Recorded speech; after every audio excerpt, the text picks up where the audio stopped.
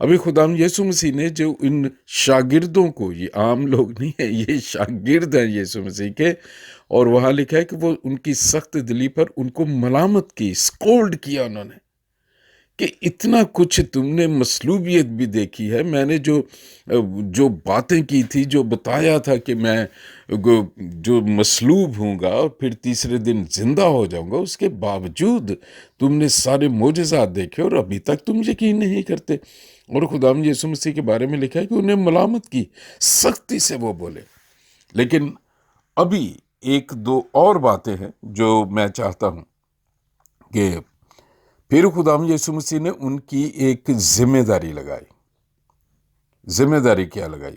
15ویں آیت ہے، مرکز 16-15، اور اس نے ان سے کہا، تم تمام دنیا میں جا کر ساری خلق کے سامنے انجیل کی منادی کرو۔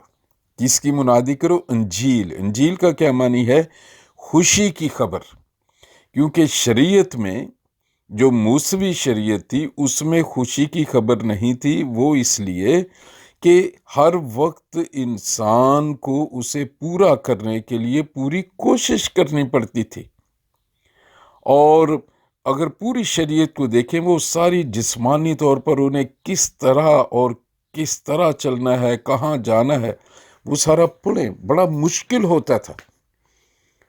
لیکن انجیل کیا ہوا؟ اس میں یہ ہے، انجیل خوشی کی یہ خبر ہے کہ جو تم جسمانی طور پر اس بات کو روحانی طور پہ بھی پورا نہیں کر سکتے، کیونکہ خدا پاک ہے، اور اس سے دیکھنے کے لیے، اس کی حضوری میں رہنے کے لیے پاک ہونا ضروری ہے۔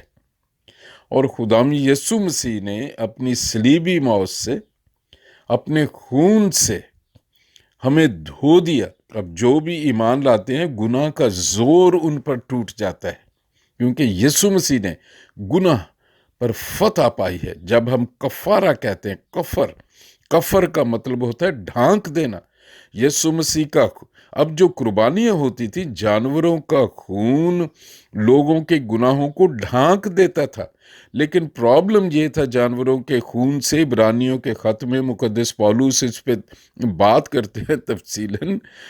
وہ جو قربانیاں ہوتی تھی جانوروں کی، اس سے گناہ جو ڈھنک جاتے تھے، کفارہ ہو جاتا تھا کہ اصل میں آدم کو مرنا چاہیے تھا، لیکن خدا نے یہ کہا کہ میں اس سے پیار کرتا ہوں، اور تم اپنی جگہ ایک جانور کی قربانی جب کرتے ہو تو اس بات کو مان لیتے ہو کہ میں نے گناہ کیا ہے، مرنا تو مجھے چاہیے تھا، لیکن یہ میری جگہ میرا کفارہ دے رہا ہے، میرا گناہ ڈھانکا گیا ہے۔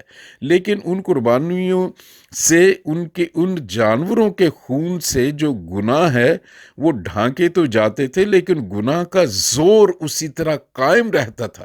کچھ دیر کے بعد پھر وہی گناہ جو جس نے قربانی چڑھائی ہوتی تھی، پھر اس سے ہو جاتا تھا۔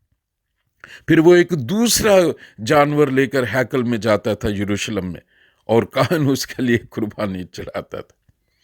لیکن خدا یسوع مسیح کی جی انجیل ہے، انہوں نے کہا کہ میں نے جب صلیب پر یہ کہا کہ تمام ہوا، کہ وہ انسان کی کوشش تمام ہوئی، وہ جانوروں کے لہو بہانے کا سلسلہ تمام ہوا، کیونکہ خدا نے دنیا سے ایسی محبت رکھی کہ اس نے اپنا اکلوتا بیٹا بخش دیا کا یہ مطلب ہے کہ اسے مصلوب کر دیا، اس کی قربانی کی۔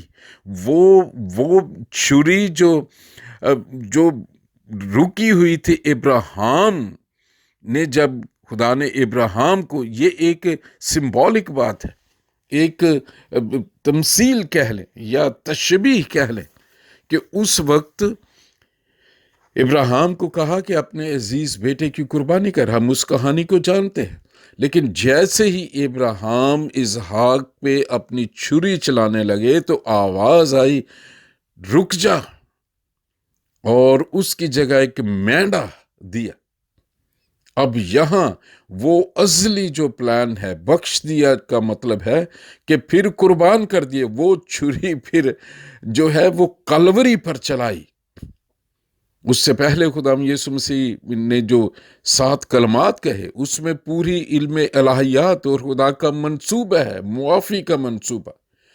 انسان نے توبہ نہیں کی تھی، لیکن خدا نے محبت میں آگے بڑھ کر، اسی لیے تو مقدس پولس کہتے ہیں، وہ کہتے ہیں کہ جب ہم گنہگار ہی تھے تو مسیح ہماری خاطر موا۔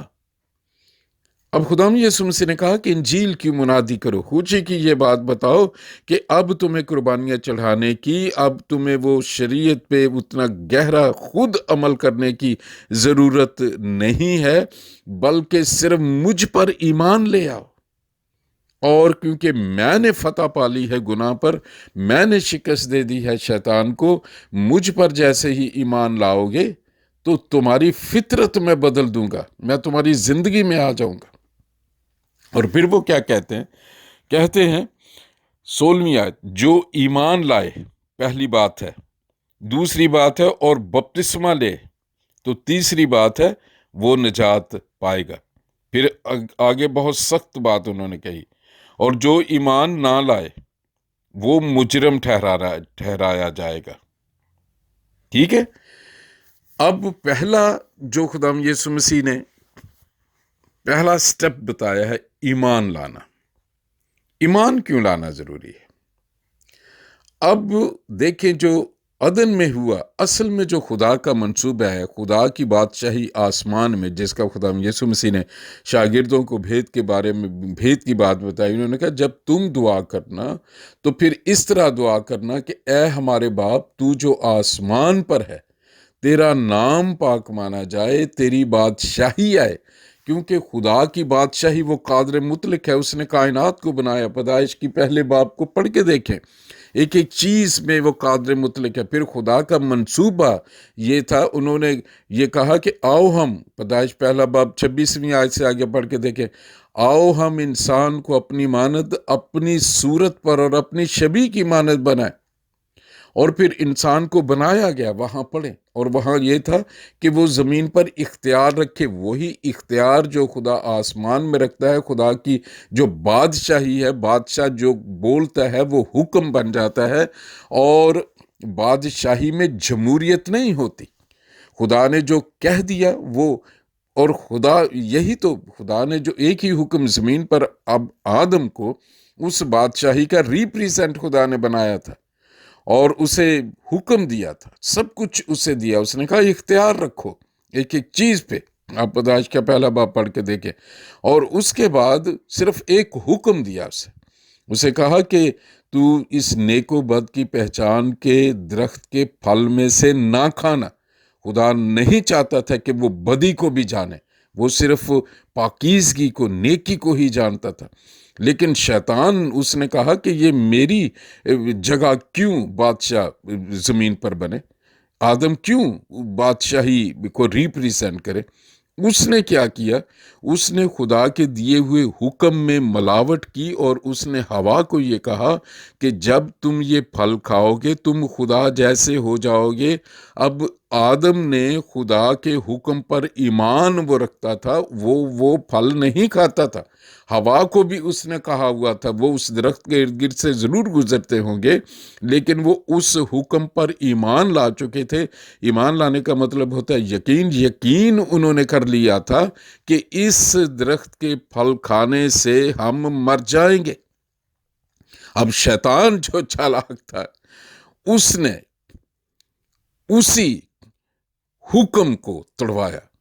پہلے وہ ایمان رکھتے تھے کہ ہم مر جائیں گے اس پھل کے، اب شیطان نے کہا تو وہ شیطان کی باتوں کا انہوں نے یقین کیا۔ دوسرے معنی ہے کہ وہ شیطان کی باتوں پر ایمان لے آئے، یقین کر لیا کہ جب ہم یہ پھل کھا لیں گے تو ہم خدا جیسے ہو جائیں گے۔ یہ ضروری ہے، فاؤنڈیشن جو ہے یقین کرنا، ایمان لانا۔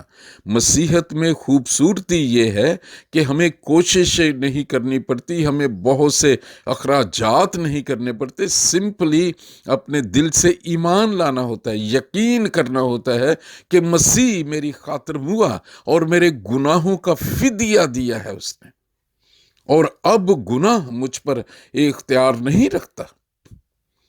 پھر دوسرا سٹیپ جو خدا یسوع مسیح نے کہا، اور بپتسمہ لے۔ اب یہ بپتسمہ کا جو اتنا بڑا جو ڈسپیوٹ ہے، جتنے مسیحی جو مذہب اسے سمجھتے ہیں، جو کرسچینٹی کو مذہب سمجھتے ہیں، ان میں ڈینومینیشنز ہوتی ہیں، وہ فرقے رکھتے ہیں۔ لیکن جب مسیحی ہم ہو جاتے ہیں تو عید پینتیکوس میں جو ہوا تھا، پاک روح جب نازل ہوا تو یہ شاگرد جو پہلے ڈرے ہوئے تھے وہ چھپے ہوئے تھے اندر، جیسے ہی پاک روح کی عالم بالا سے قوت کا لباس ملا، ان کی فطرت بدل گئی، ان کے جسمانی ایکشن بدل گئے، وہ ان کی زندگی بدل گئی۔ پہلے وہ خوف سے بات نہیں کرتے تھے، ابھی پطرس کھڑا ہو کے وہ گلیوں میں باتیں کر رہے ہیں، یہ شاگرد، ان کی فطرت ہی بدل گئی۔ یہ ہے مسیحت ہونا۔ اس وقت چرچ نے جنم لیا، کلیسیا بنی، مسیح کا بدن وہ بن گئے، اور ان کی زندگی فرق ہوگی۔ ان میں صرف مسیح ہی نظر آتا تھا، مسیح کے معجزات، مسیح کا کلام، اس کی قدرت، اس کی طاقت ان میں نظر آتی تھی۔ اور انطاکیہ میں لوگ مجبور ہو گئے، انہوں نے کہا کہ یہ گروپ کون سا ہے بھائی؟ انہوں نے کہا کہ یہ وہ گروپ ہے جس میں مسیح کی قدرت ہمیں نظر آتی ہے۔ نام تو ان کے پطرس ہے اور یہ دوسرے اس کے شاگرد ہیں، لیکن ہمیں تو بالکل مسیح نظر آتا ہے۔ اب یہ دعا کریں تو بیمار شفا پاتے ہیں، مردے بھی زندہ ہو رہے ہیں، معجزات ہو رہے ہیں۔ اور وہ کلیسیا ایک جگہ رہتی تھی، وہ نکل آئے، انہوں نے بیچ دی اپنی جائیدادیں۔ اور وہ پڑھ کے دیکھیں آپ اعمال کی کتاب، اس کا 2 باب، بپتسمہ لینا۔ خدا یسوع مسیح نے کہا جو ایمان لائے اور بپتسمہ لے۔ اب یوحنا اصطباغی اگر آپ پڑھ کے دیکھیں، یوحنا اصطباغی یہ متی کی انجیل 3 باب پڑھ کے دیکھیں، جب خدا نے اسے یسوع مسیح کے آنے سے پہلے بھیجا تھا تو انہوں نے کیا منادی کی؟ انہوں نے کہا توبہ کرو کیونکہ خدا کی بادشاہی نزدیک ہے۔ اور پھر گناہوں کا اقرار کر کے وہاں لکھا ہے لوگ دریائے یردن میں آ کے ان سے بپتسمہ لیتے تھے۔ بپتسمہ وہ کس میں؟ پانی میں ان کا ہوتا تھا۔ اس کا کیا تصور ہے؟ پانی سے بپتسمے کا کیا مطلب ہے؟ یہ صاف ہونے کی ایک گواہی ہے اور نشان ہے۔ اس کی بیک گراؤنڈ کہاں ملتی ہے وہ میں آپ کو بتانے کی کوشش کرتا ہوں۔ اگر آپ خروج کی کتاب اس کا 29واں باب پڑھیں، ایکسوڈس چیپٹر 29 اور ورس نمبر 4 پڑھیں۔ اب یہاں ہے کہ خدا نے موسیٰ کو یہ حکم دیا تھا کہانت کے بارے میں۔ ہارون جو سردار کاہن تھا اور اس کے بیٹوں کو جو کاہن ہونے کے لیے ایک پروسیس سے گزرنا پڑتا، تو خدا نے حکم دیا تھا۔ اب پورا پڑھ کے دیکھیں، یہ خروج 29 باب، اگر وہ میں سارا نہیں پڑھوں گا، یہ کہانت کی خدمت انجام دینے کے لیے جب وہ مخصوص کیا جاتا تھا، ان کی لیے جو فدیے دیے جاتے تھے قربانی کے، میں صرف 4 آیت پڑھوں گا۔ خروج 29 باب 4 آیت۔ پھر ہارون اور اس کے بیٹوں کو خیمہ اجتماع کے دروازے پر لا کر ان کو پانی سے نہلانا، اور وہ لباس لے کر ہارون کو کرتا اور افود کا جبہ اور افود اور سینہ بند پہنانا، اور افود کا کاریگری سے بنا ہوا کمر بند اس کے باندھ دینا، اور امامہ کو اس کے سر پر رکھ کر اس امامے کے اوپر مقدس تاج لگا دینا، اور مسح کرنے کا تیل لے کر اس کے سر پر ڈالنا اور اس کو مسح کرنا۔ اب جو یہ کہانت کے لیے، کہانت کون ہے؟ کہان وہ لوگ ہوتے تھے جو خدا اور انسان یا اس کی قوم کے درمیان انٹرسیسر ہوتے تھے۔ ان کے گناہوں کے کفارے کے لیے وہ قربانیاں چڑھاتے تھے اور دعائیں کرتے تھے۔ ہر گھر میں جو باپ ہے، جو پیرنٹس ہیں، وہ کاہن ہیں اپنے بچوں کے لیے، خدا کے سامنے کھڑے ہو کر جب ہم دعا کرتے ہیں اپنے بچوں کے لیے۔ اب یہ ایک فرسٹ کرائٹیریا تھا، خدا کا حکم دیا گیا تھا، اور ان کو پانی سے، ہم نے پڑھا نا کہ ان دروازے پر لا کر ان کو پانی سے نہلانا۔ بپتسمہ جب ہم دیتے ہیں تو وہ پانی سے دیا جاتا ہے۔ اور جب یوحنا اصطباغی کے جو بپتسمے کو توبہ کا بپتسمہ کہتے ہیں، اور یہ ایک نشان ہوتا تھا کہ ساری دنیا کے سامنے انہیں بپتسمہ دیا جاتا تھا، لوگوں کو یوحنا اشتباغی دیتے تھے، وہ اس سے ظاہر ہوتا تھا کہ اب اس نے اپنی بری زندگی سے توبہ کر لی ہے۔ پانی ایک نشان ہے جس نے اس کی پرانی ساری گندی گناہ آلود زندگی کو جو ہے وہ دھو دیا ہے، اور وہ توبہ کا بپتسمہ ہے۔ اب جب خداوند یسوع مسیح، اگر آپ یوحنا کی انجیل 3 باب پڑھیں، خداوند یسوع مسیح بھی وہاں لکھا ہے، وہ شالیم کے علاقے میں جا کر وہ بپتسمہ دینے لگا، وہاں وہ لکھا ہوا ہے۔ اب خداوند یسوع مسیح کا جو بپتسمہ اگر آپ پڑھ کے دیکھیں، اعمال 2 باب اور اس کی 38ویں آیت اگر آپ پڑھیں، 36 اور 38 آیات، اور میرا خیال ہے کہ میں آپ کے لیے پڑھنا چاہتا ہوں کیونکہ یہ بڑا خاص ٹاپک ہے، اور اس لیے شاید تھوڑا سا آج لمبا بھی میرا یہ میسج ہو جائے۔ تو وہاں بڑا یہ اعمال کی کتاب 2 باب اور اس کی 36ویں آیت سے میں پڑھنا چاہتا ہوں۔ پس اسرائیل کا سارا گھرانہ یقین جان لے کہ خدا نے اسی یسوع کو جسے تم نے مصلوب کیا، خداوند بھی کیا اور مسیح بھی۔ جب انہوں نے یہ سنا تو ان کے دلوں پر چوٹ لگی، اور پطرس اور باقی رسولوں سے کہا کہ اے بھائیو، ہم کیا کریں؟ 38ویں آیت ہے، اعمال 2 باب 38ویں، ایکٹس چیپٹر 2 ورس 38۔ پطرس نے ان سے کہا، پہلی بات ہے توبہ کرو۔ یوحنا اشتباغی نے بھی یہی بات کہی تھی، توبہ کرو کیونکہ آسمان کی بادشاہی نزدیک آ گئی ہے۔ یسوع مسیح نے بھی یہ بات کہی تھی، توبہ کرو کیونکہ آسمان کی بادشاہی آن پہنچی۔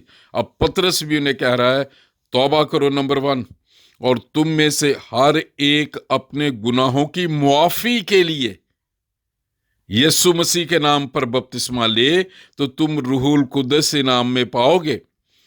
اس لیے کہ یہ وعدہ تم اور تمہاری اولاد اور ان سب دور کے لوگوں سے بھی ہے جن کو خداوند ہمارا خدا اپنے پاس بلائے گا۔ اور اس کے بعد 3000 کی کلیسیا بنی۔ اب پطرس نے دیکھیں کیا کہا ہے، نمبر 1 توبہ کرو۔ کون سی توبہ؟ جو آدم اور حوا نے نہیں کی تھی۔ جب خدا نے پکارا ہے آدم تو کہاں ہے، اس کا مطلب یہ تھا خدا کا کہ آدم تیری یہ جگہ نہیں ہے جہاں تو چھپا ہوا ہے، تو میرے ساتھ رہتا تھا، تو کیوں گر گیا ہے اس سے؟ مکاشفہ کی کتاب میں بھی لکھا ہے کہ دیکھ تو کہاں سے گرا ہے، تو نے پہلی سی محبت چھوڑ دی ہے۔ آدم کو بھی یہی بات کہی، وہ تیری محبت جو میرے ساتھ رہتا، تو یہ جہاں ہے یہ بھی تیری جگہ نہیں ہے۔ اور آدم نے ایک دم اپنی غلطی کو تسلیم نہیں کیا۔ پھر خدا نے اس سے پوچھا کہ تو ننگا کیسے ہوا، کیا تو نے وہ پھل کھایا؟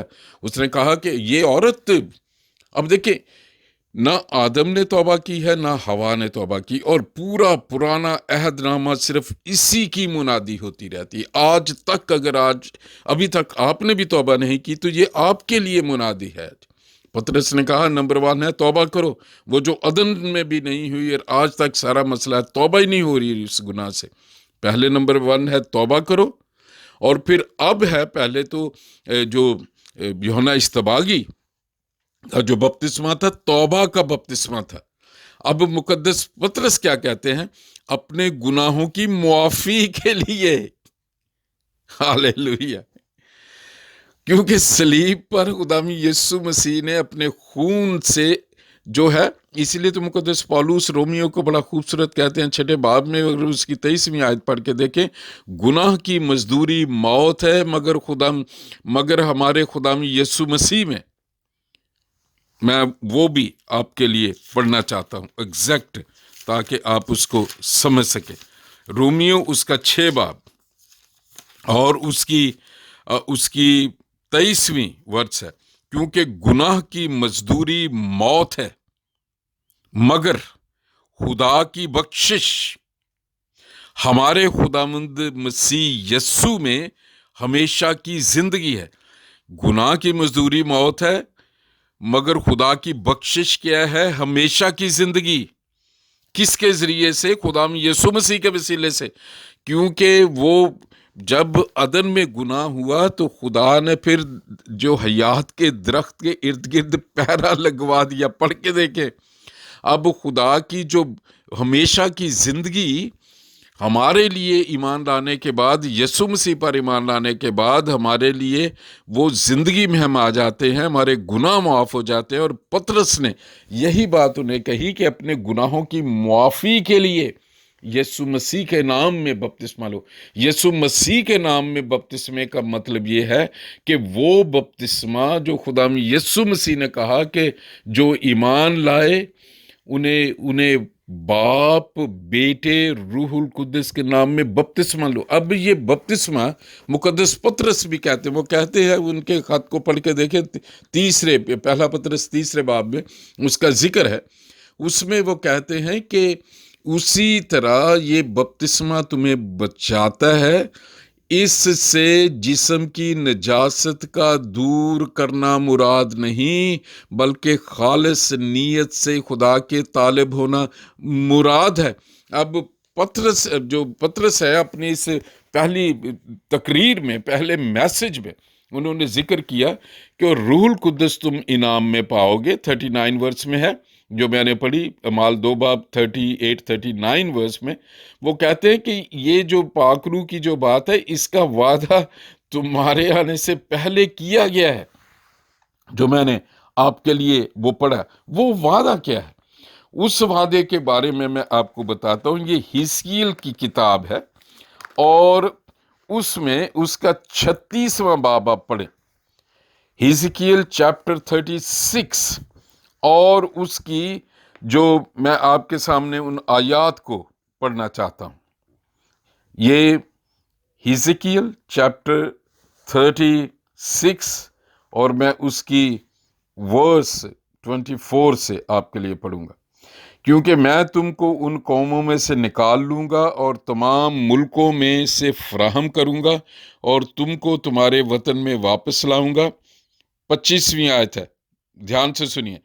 تب تم پر صاف پانی چھڑکوں گا اور تم پاک صاف ہوگے، اور میں تم کو تمہاری تمام گندگی سے اور تمہارے سب بتوں سے پاک کروں گا۔ 26ویں آیت ہے جس کا ذکر پاک روح کے بارے میں مقدس پطرس نے اپنی اس پیغام میں کہا، اعمال کی کتاب 2 باب 39 ورس جو میں نے آپ کو بتائی۔ وہاں کیا لکھا ہے؟ 26ویں آیت، حزقیل 35 باب 26ویں آیت، اور میں تم کو نیا دل بخشوں گا اور نئی روح تمہارے باطن میں ڈالوں گا اور تمہارے جسم میں سے سنگین دل کو نکال ڈالوں گا اور گوشتین دل تم کو عنایت کروں گا، اور میں اپنی روح تمہارے باطن میں ڈالوں گا اور تم سے اپنے آئین کی پیروی کراؤں گا اور تم میرے احکام پر عمل کرو گے اور ان کو بجا لاؤ گے۔ یہ نیچر جو پطرس کہتے ہیں نا کہ اس سے جسم کی نجاست کا دور کرنا مراد نہیں، خالص نیت سے خدا کے طالب ہونا مراد ہے۔ گناہ سے انسان کی جو خالص نیت تھی اس میں گناہ آ گیا، اس لیے تو مقدس پولوس کہتے ہیں کہ وہ نیکی جو میں کرنا چاہتا ہوں وہ تو مجھ سے ہوتی نہیں، اور وہ بدی جو میں کرنا ہی نہیں چاہتا وہ مجھ سے خود بخود ہو جاتی ہے۔ اور اس کی وجہ وہ بتاتے ہیں کیونکہ گناہ مجھ میں بسا ہوا ہے۔ اب گناہ خداوند یسوع مسیح نے اس کا زور توڑ دیا تھا۔ جب ہم مسیحی ہوتے ہیں، اس پر ایمان لاتے ہیں، تو بپتسمہ جو ہے یہ ایک پرانے عہد نامے میں عہد کا نشان جسم میں خدا کی قوم میں ختنہ ہوا کرتا تھا۔ یسایہ کے صحیفے میں خدا نے یہ کہا کہ میں تمہارے دل کا ختنہ کروں گا، کیونکہ گناہ نے انسان کی فطرت کو بدل دیا تھا۔ اس لیے یہ بپتسمہ جو پانی کا ہے، اس کا دوسرا معنی یہ ہوتا ہے، پہلی تو یہ بات ہے، یہ گواہی ہے۔ دنیا کے سامنے کھڑے ہو کے جب پانی کا بپتسمہ ہم لیتے ہیں ایمان لانے کے بعد، یہ بہت ضروری ہے شیطان کے سامنے اور دنیا کے سامنے کھڑے ہو کر ہم یہ اقرار کرتے ہیں کہ میرے گناہوں کی زندگی، میرا شیطان سے اب جو تعلق ختم ہو گیا ہے، اور آج سے میں خدا کے ساتھ میرا تعلق ہو گیا ہے۔ اور خدا کے کلام میں لکھا ہے کہ جب زمین پر ایک توبہ کرتا ہے تو آسمان پر فرشتے بہت بڑا جشن مناتے ہیں، اور اس دن ایک یہ ہوتا ہے کہ جب اعلان ہم کرتے ہیں، دنیا کے سامنے گواہی دیتے ہیں، خدا یسوع مسیح نے کوہ کلوری پر پوری دنیا کے سامنے مصلوب وہ اپنی جان دی، صلیب لی۔ اس لیے بہت ضروری ہے اعلان کرنا، گواہی دینا۔ خدا یسوع مسیح نے کہا جو دنیا آدمیوں کے سامنے میرا انکار کرے گا، میں باپ کے سامنے ان کا انکار کر دوں گا، اور جو اقرار کرے گا میں باپ کے سامنے۔ اور یہ ایک گواہی ہے بپتسمہ لینا، ایک نشان ہے کہ ہماری زندگی بدلی ہے، اور اس دن کتاب حیات میں نام چڑھتا ہے ایک توبہ کرنے کے بعد۔ ایک پھر دوسرا اس کا مطلب پولس رسول بڑا خوبصورت یہ لکھتے ہیں، اگر آپ رومیوں کا خط اس کا 6 باب پڑھے، اور یہ ایک بھید کی بات ہے جو میرے دل میں آ رہا ہے کہ میں آپ کو بتاؤں، اور وہاں مقدس پولس رسول یہ کہتے ہیں، پس ہم کیا کہیں؟ کیا گناہ کرتے رہیں تاکہ فضل زیادہ ہو؟ ہرگز نہیں، ہم جو گناہ کے اعتبار سے مر گئے کیوں کر اس میں آئندہ کی زندگی کو گزاریں۔ دھیان سے سنیے گا 3 آیت، رومیو 6 باب 3 آیت، کیا تم نہیں جانتے کہ ہم جتنوں نے مسیح یسوع میں شامل ہونے کا بپتسمہ لیا تو اس کی موت میں شامل ہونے کا بپتسمہ لیا؟ بس موت میں شامل ہونے کے بپتسمے کے وسیلے سے ہم اس کے ساتھ دفن ہوئے۔ جب پانی میں پیچھے بپتسمہ دیا جاتا ہے، فل امرشن اسے کہتے ہیں، ساتھ دفن ہوئے، تاکہ جس طرح مسیح باپ کے جلال کے وسیلے سے مردوں میں سے جلایا گیا، اسی طرح ہم بھی نئی زندگی میں چلیں۔ جو پانی کا بپتسمہ ایک نشان ہے، اس کے ساتھ میں اس کو وائنڈ اپ کرنا چاہتا ہوں، اس پہ تو بہت لمبی بات ہو سکتی ہے، لیکن یہ ضروری ہے۔ اب کلیسیا نے رومن امپائر کے زمانے میں شہنشاہ قسطنطین نے جب مسیح کو قبول کیا تو اس وقت انہیں بتایا گیا کہ مسیحی ہوتے ہیں وہ بپتسمہ دیتے تھے۔ وہاں سے یہ بچوں کا بپتسمہ بھی روایت شروع ہو گئی جو چرچ نے شروع کی ہے۔ اصل میں جب بچہ پیدا ہوتا تھا، خدا یسوع مسیح کو جیسے اگر آپ لوکا کی انجیل میں پڑھ کے دیکھیں، بچے کو اصل میں مخصوص کیا جاتا ہے، ڈیڈیکیٹ کیا جاتا ہے۔ بپتسمہ بالغوں کا بپتسمہ ہے بائبل مقدس میں، کیونکہ وہاں لکھا ہے، خدا یسوع مسیح نے کہا انجیل کی منادی کرو، جو ایمان لائے۔ اب چھوٹا سا بچہ ایمان نہیں لا سکتا، ہم اسے ڈیڈیکیٹ تو کرتے ہیں کہ یہ خدا کے لیے ہے۔ خدا نے حکم دیا تھا کہ میری قوم میں سے جو پہلوٹے میرے ہیں اور انہیں میرے سامنے حاضر کرو، اسے ہم ڈیڈیکیشن کہتے ہیں۔ خدا یسوع مسیح کو ڈیڈیکیٹ کیا گیا تھا، اسے بپتسمہ نہیں دیا گیا تھا۔ بپتسمہ جو ہے، جو ایمان لائے، جب ہم جو سمجھ ہماری آتی ہے، ہم سوچ کے جب ایمان لاتے ہیں تب بپتسمہ لیتے ہیں، اسے کہتے ہیں بالغوں کا بپتسمہ، جو بائبل مقدس میں ہے۔ خدا یسوع مسیح نے راست بازی کا قدم یہ نمونے کے طور پہ دیا، حالانکہ انہوں نے کوئی گناہ نہیں کیا تھا۔ اور اگر اس کے بارے میں خدا یسوع مسیح کے بارے میں وہ ایک دوسرا ٹاپک ہے، وہ احبار 16 باب، اگر خداوند نے مجھے یہ دوبارہ کہا اس پہ بات کرنے کے لیے، اس پہ میں بات کروں گا۔ خداوند یسوع مسیح کا بپتسمہ وہ کیا ہے، اس کا کیا معنی ہے۔ میرے بھائی، میری بہن، میرے بیٹے، میری بیٹی، اگر آپ ابھی تک اس بات کے خلاف ہیں کہ بپتسمہ نہیں ہم لینا، خداوند یسوع مسیح نے یہ حکم دیا، کیا کہا؟ اور جو ایمان لائے اور بپتسمہ لے تو وہ نجات پائے گا، اور جو ایمان نہ لائے اور بپتسمہ نہ لے وہ مجرم ٹھہرایا جائے گا۔ خدا باپ یسوع مسیح ناصری کے نام میں ایک ایک سننے والے کو تیری حضوری میں لاتا ہوں۔ تیرا پاک روح دلوں کی سختیوں کو دور کرے اور تیری قدرت نازل ہو، تاکہ تیرے لوگ تجھ پر ایمان لائیں اور گواہی دیں، بپتسمہ لیں، تاکہ وہ مجرم نہ ٹھہریں، اور اس کے بعد تیری بخشی ہوئی نئی روح میں نئی زندگی جو مسیحی زندگی ہے اسے گزارے۔ یسوع مسیح ناصری کے نام میں یہ دعا بڑے ایمان سے مانگ کے پا لیتا ہوں، اور سب سننے والے کہیں آمین آمین۔